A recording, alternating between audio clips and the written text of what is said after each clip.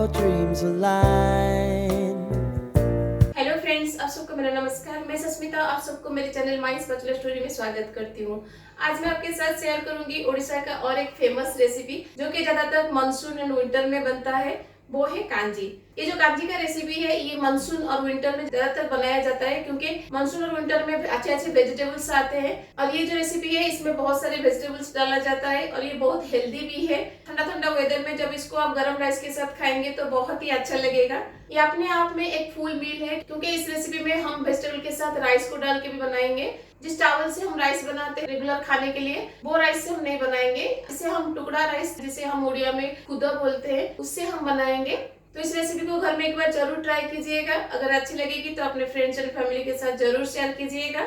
अगर मेरे चैनल में नए हैं तो प्लीज सब्सक्राइब जरूर कीजिएगा। तो चलिए फिर बनाते हैं उड़ीसा का फेमस रेसिपी कांजी। आज जो कांजी हम बनाएंगे वो कांजी हम राइस वाटर से बनाएंगे। राइस बन जाने के बाद उससे जो स्टार्च वाटर निकलता है ना उसको आप ऐसे कलेक्ट करके रख दीजिएगा।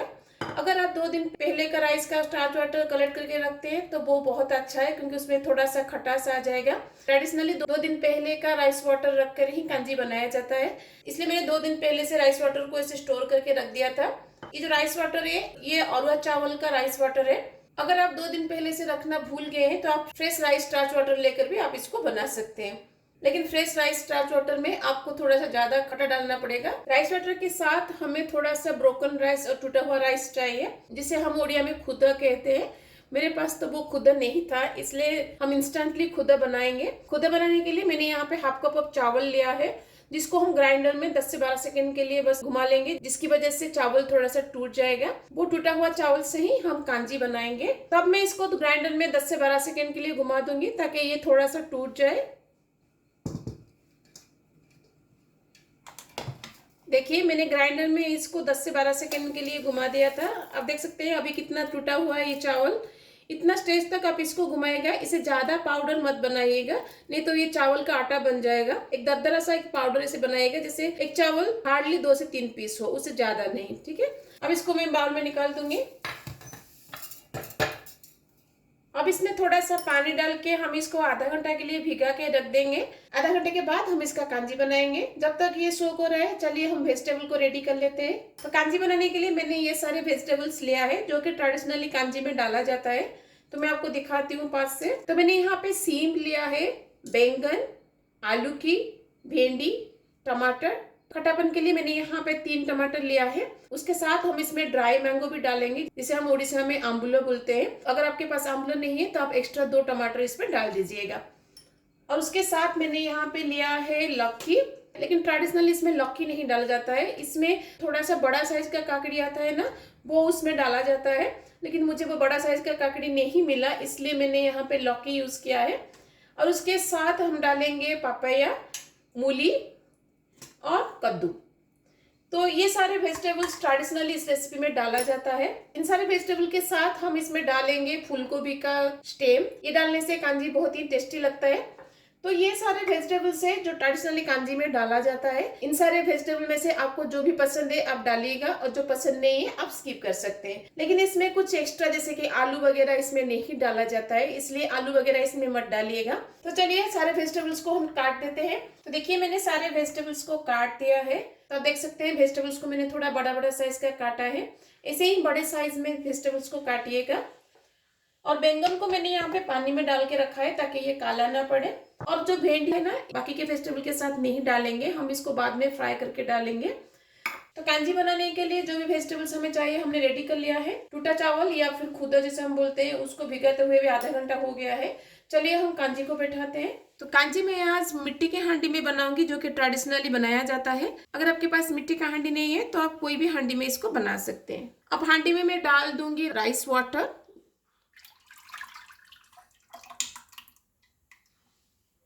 इसमें डाल दूंगी थोड़ा सा पानी।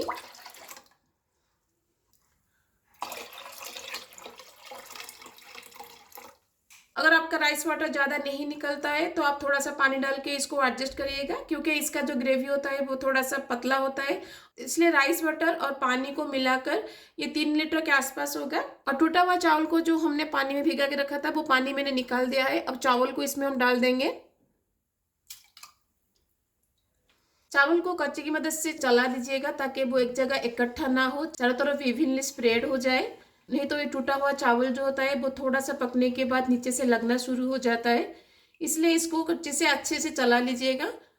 अब इसको कवर लगा के हम इसमें अच्छा सा बॉईल आने के लिए छोड़ देंगे। जब इसमें बॉईल आ जाएगा फिर उसके बाद हम इसमें वेजिटेबल्स को डालेंगे।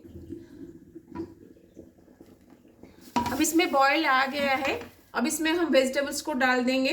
बैंगन और सीम को छोड़ के बाकी के सारे वेजिटेबल्स को हम इसमें डाल देंगे,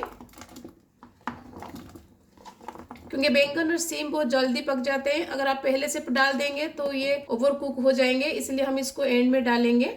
भिंडी को भी हम बाकी के वेजिटेबल के साथ नहीं डालेंगे। अब इसमें मैं डाल दूंगी टेस्ट के अकॉर्डिंग नमक और हल्दी पाउडर।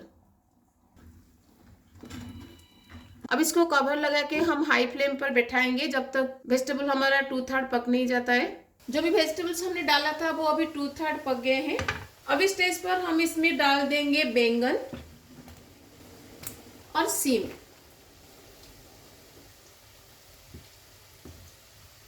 अब इसको कवर लगा के और 5-10 मिनट बैठाएंगे ताकि बैंगन और सीम हमारा अच्छे से पक जाए। तब तक बाकी का वेजिटेबल भी अच्छे से पक जाएंगे। सारे वेजिटेबल्स हमारा लगभग पक गए हैं। अब इस स्टेज पर हम इसमें डाल देंगे टमाटर। टमाटर पहले से मत डालिएगा, नहीं तो सब्जियां अच्छे से बॉईल नहीं हो पाएंगे। सब्जी लगभग पक जाने के बाद इसमें टमाटर डालिएगा। टमाटर के साथ में यहाँ पे डाल दूंगी 2 ड्राई मैंगो पीसेस। अगर आपके पास नहीं है तो आप 2 एक्स्ट्रा टमाटर इसमें डाल दीजिएगा। टमाटर और ड्राई मैंगो डाल के हम इसको और 3 से 4 मिनट के लिए कुक करेंगे ताकि टमाटर हमारा अच्छे से गल जाए और ये जो ड्राई मैंगो हमने डाला है इसका खट्टापन कांजी में आ जाए। टमाटर और ड्राई मैंगो को डाल के पकाते हुए 4 से 5 मिनट हो गया है और बाकी का सब्जी भी हमारा अच्छे से पक गया है। सब्जियों को हम ओवर कुक नहीं करेंगे, इसलिए इस स्टेज पर मैं गैस को बंद कर दूंगी। तो चलिए इसके लिए हम तड़का को रेडी करते हैं। कांजी में तड़का लगाने से पहले हम भिंडी को थोड़ा सा फ्राई कर लेंगे। तो भिंडी को फ्राई करने के लिए पैन में मैं लूंगी थोड़ा सा मस्टर्ड ऑयल। तो कांजी का जो ये रेसिपी होता है वो कम्प्लीटली मस्टर्ड ऑयल में ही बनता है। तेल हमारा गर्म हो गया है, अब इसमें मैं डाल दूंगी भिंडी। तो भिंडी हमारा हो गया है, अब इसको हम निकाल देंगे। तो भिंडी को जो हमने फ्राई किया ना इसको हम कांजी में डाल देंगे।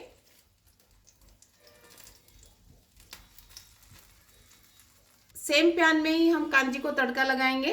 तो तड़का लगाने के लिए पैन में मैं लूंगी मस्टर्ड ऑयल। अगेन यहाँ पे मस्टर्ड ऑयल अगर आपको पसंद नहीं है तो आप रिफाइंड ऑयल से भी इसको तड़का लगा सकते हैं, लेकिन मस्टर्ड ऑयल का फ्लेवर कांजी में बहुत ही अच्छा लगता है। तेल अब हमारा गर्म हो गया है, अब इसमें मैं डाल दूंगी पंचफुटन। तो रेड चिली को तोड़ के डालिएगा ताकि इसका फ्लेवर तेल में आ जाए। 3 ग्रीन चिली जिसको मैंने स्लिट करके लिया है। चिली यहाँ पे ऑप्शनल है, आप अपने पसंद के हिसाब से कम या ज़्यादा कर सकते हैं। अब इसमें मैं डाल दूंगी लहसुन। कांजी में लहसुन का अमाउंट थोड़ा ज़्यादा डाला जाता है, इसलिए मैंने यहाँ पे 20 से 25 लहसुन की कली को कूट के लिया है। आप देख सकते हैं मैंने यहाँ पे लहसुन को छिलके के साथ कूटा है। तो ऐसे ही छिलके के साथ कूटिएगा, उसका फ्लेवर बहुत अच्छा आता है तड़के में। तो अब इसको मैं डाल दूंगी। तो लहसुन का पेस्ट मत बनाइएगा, उसको कूट के ही डालिएगा इसमें। अब इसमें मैं डाल दूंगी ढेर सारा करी पत्ता। अगर आपको करी पत्ता का फ्लेवर ज़्यादा पसंद नहीं है तो आप यहाँ पे करी पत्ता का अमाउंट कम कर सकते हैं, लेकिन करी पत्ता का फ्लेवर तड़के में बहुत ही अच्छा लगता है, इसलिए मैं थोड़ा सा ज़्यादा अमाउंट यहाँ पे डालती हूँ। जब तक लहसुन का कलर थोड़ा सा चेंज नहीं हो जाता और लहसुन अच्छे से पक नहीं जाता तब तक हम इसको पकाएंगे। तो पहले हींग डालना मैं भूल गई थी, तो इस स्टेज पर मैं थोड़ा सा हींग यहाँ पे डाल दूंगी। तो पंचफुटन के साथ हींग डाल दीजिएगा, लेकिन मैं भूल गई थी इसलिए मैं अभी हींग इसमें डाल रही हूँ। लहसुन को पकाते हुए 3 से 4 मिनट हो गया है। आप देख सकते हैं लहसुन का कलर अभी चेंज हो गया है। तो इतना स्टेज तक हमें लहसुन को पकाना है। अब इसको हम कांजी में डाल देंगे।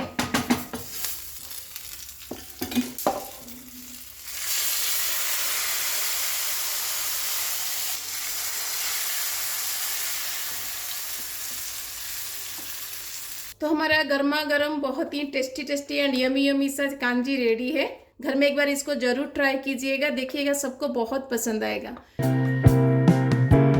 Life can get hard, so honey, if you need to cry, just come share my pillow and rain, rain, go away.